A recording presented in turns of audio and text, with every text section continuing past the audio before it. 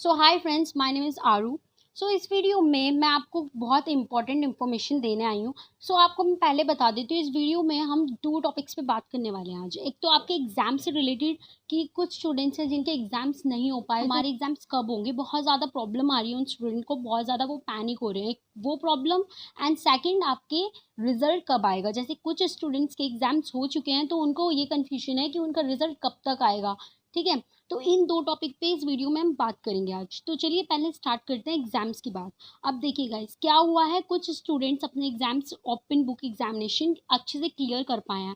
तो कुछ स्टूडेंट्स को बहुत सारी प्रॉब्लम्स देखनी पड़ी। जैसे कि मान लीजिए आपने आंसर शीट लिख लिया, आपने ईमेल पे भी पोस्ट करने की कोशिश की, ईमेल पे भी सेंड करने की कोशिश की, बट आपके नहीं हो पाए आंसर शीट अपलोड वहाँ पर, और ना ही ड्यू के पोर्टल पर हो पाए। तो आपको यहाँ ये कन्फ्यूजन है कि अब आपके एग्ज़ाम्स का क्या होगा, आपके एग्ज़ाम्स होंगे या नहीं। तो देखिए क्या हुआ, आपके एग्ज़ाम्स अब होंगे, उन सभी स्टूडेंट्स के एग्ज़ाम्स लिए जाएँगे जिन स्टूडेंट्स के एग्ज़ाम्स नहीं हो पाए, ठीक है।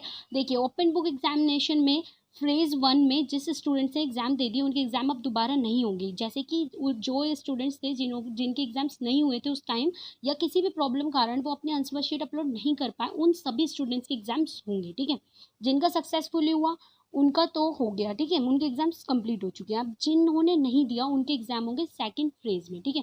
सेकंड फेज़ में क्या होगा, आप ये फैसला सुप्रीम कोर्ट के द्वारा भी आपका आया है, ठीक है। बस ड्यू के ऑफिशियल नोटिफिकेशन आना बाकी है, बट आपका ये तय हो चुका है, एक तरह से मान सकते हैं आप। तो देखिए क्या है, सेकंड फेज़ में क्या ऑप्शन आया है कि आपको जो भी स्टूडेंट अपने एग्ज़ाम नहीं दे पाए उनके लिए 2 ऑप्शन आए हैं इसमें। एक है ऑनलाइन मोड और एक है ऑफलाइन मोड। अब आपकी मर्ज़ी होगी, आप ऑनलाइन में एग्ज़ाम दो या ऑफलाइन में एग्ज़ाम दो। अब यहाँ पर कुछ बच्चों को कन्फ्यूजन होगी कि हम अगर ऑफलाइन मोड में एग्ज़ाम देते हैं तो हमें क्या करना होगा। आपको ऑफलाइन एग्ज़ाम अगर आप देते हो तो इसके लिए आप ऑफलाइन एग्ज़ाम वैसे ही देंगे जैसे कि आप पहले कभी देते थे। आपको ऑफलाइन एग्ज़ाम में क्या करना होगा, आपका कहीं सेंटर जो पड़ेगा दिल्ली में ही, आपको वहीं एग्ज़ाम देने होंगे, ठीक है। अब जो बच्चे दिल्ली के बाहर हैं या पढ़ने के लिए या दिल्ली में आए हैं, उन बच्चों के लिए कुछ स्पेशल ट्रीटमेंट्स या कुछ स्पेशल चीज़ें की जाएँगी, ठीक है। जैसे कि उनकी और अलग वे में एग्ज़ाम्स लिए जाएँगे। तो अब मैं उनकी बात कर रही हूँ जिन स्टूडेंट को ऑफलाइन एग्ज़ाम देने हैं।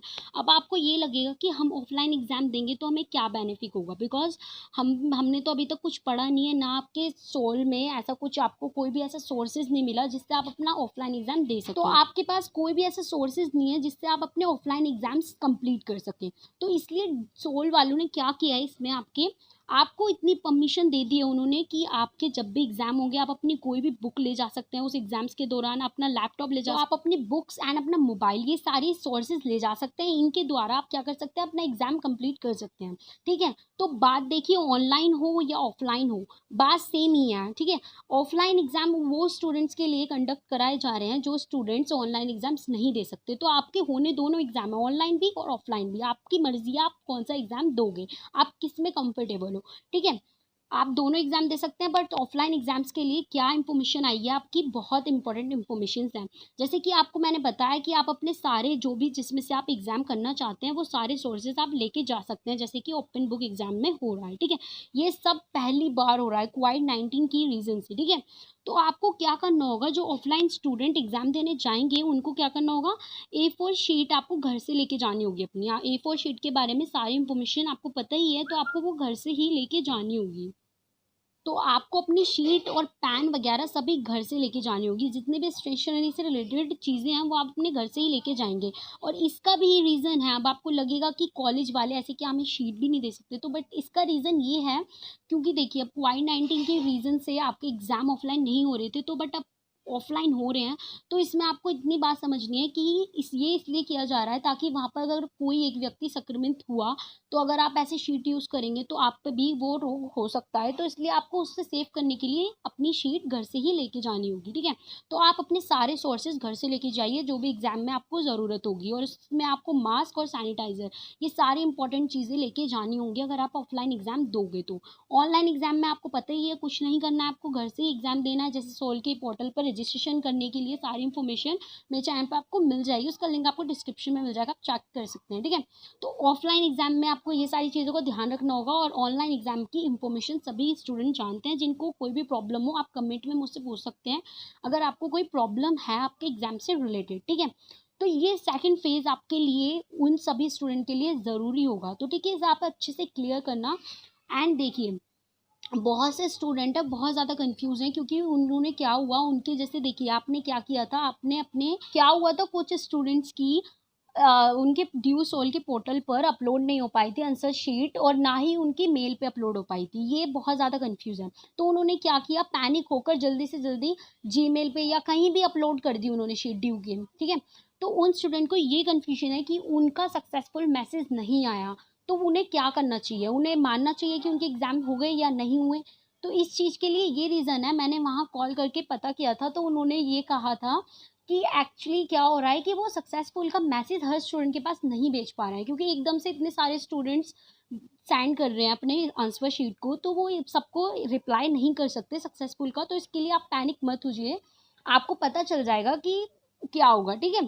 तो इसके लिए आपको पैनिक नहीं होना है। तो आपकी इतनी प्रॉब्लम एग्जाम से रिलेटेड अगर कोई कंफ्यूजन है तो आप कमेंट में पूछ सकते हैं। अब नेक्स्ट बात करते हैं हम रिजल्ट की, कि आपका रिजल्ट कब तक आएगा। एक्चुअली आपको पता ही होगा, अब आपके रिजल्ट की बात आती है। एक्चुअली आपको पता ही होगा गाइस ड्यू सोल का क्या है, मतलब सिस्टम आपको पता ही होगा ड्यू सोल में क्या होता है, कि रिजल्ट आपका दिसंबर, नवंबर, सितंबर, मतलब कभी तक भी बहुत लेट हो जाता है, बहुत डिले करते हैं रिजल्ट को। तो नॉर्मली आपका रिजल्ट कब तक आता है, नवंबर तक आपका रिजल्ट आ जाता है, ठीक है। बट अब की बार क्या हुआ है, एक आर्टिकल देख सकते हैं आप, मेरी स्क्रीन पे शो हो रहा होगा आपको।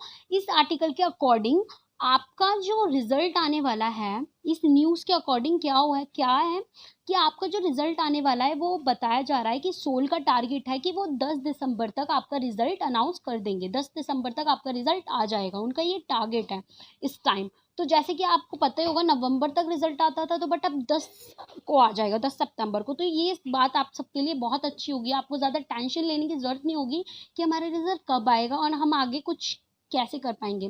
तो इसकी भी आपको टेंशन एग्ज़ाम के लिए बिल्कुल नहीं लेनी है, क्योंकि आपको पता चल रहा है अब आपका 10 सितंबर तक रिजल्ट आने के चांसेस हैं। तो प्लीज़ वीडियो को लाइक करना और सब्सक्राइब करना चैनल को। Thank you for watching this video.